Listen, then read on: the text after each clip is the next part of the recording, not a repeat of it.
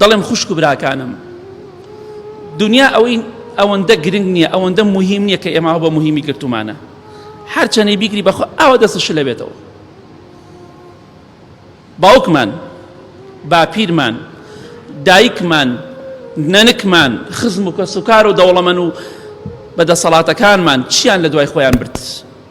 هیچیان برد خوالیان خۆش بێ ئەوانەی کە لە دایک و باوکی ئێمە کە مردن لە کەسوکار و لە باپیری ئێمە کە مردن چیان لەگەڵ خۆیان نابرد خامەکەیان برد خامەکەش بەخوا بە پارەی خەڵک ڕابوو سوێن بەخوا دەوڵەمەند بی فەقیر بی بەخوای گەورە خامەکەش لە حسابی خەڵکی بۆ دەکڕێ خەڵکی خێرخواز بۆ دەکڕێ بەدەستی بەتاڵ دەڕۆیت ئەوە ژیانی دنیایە بۆیە ئەوەندە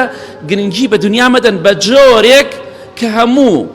خەم و خەفەتێکی تۆ دنیا بێ پێغەمبەری خوا دەیفەرموو صلی الله عليه وسلم ولا تجعل الدنيا أكبر همنا ولا مبلغ علمنا خوای گەلەو کەسانەمان نەگێڕی کە دنیا بێتە گەورەترین خەم و کێشەی ئێمە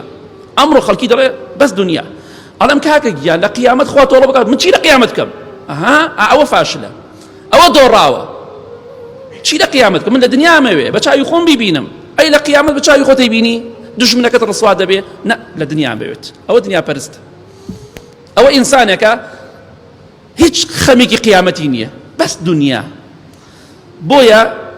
کەس و کاری ئێمە باو باپیری ئێمە خوالیان خۆش بێ ئەوەی کە مردووە بەخوا چیان لەگەڵ خۆیان نابرد بەس تەنیا ئەو خامە بوو بەدەستی بەتاڵ ڕۆشتن پارە و پول هەمووی جێما بۆ کچ و بووک و زاوە تەواو ئەوە سەرنجامی ئێمەشە بۆیە ئەوەندە ناشکوری مەکەن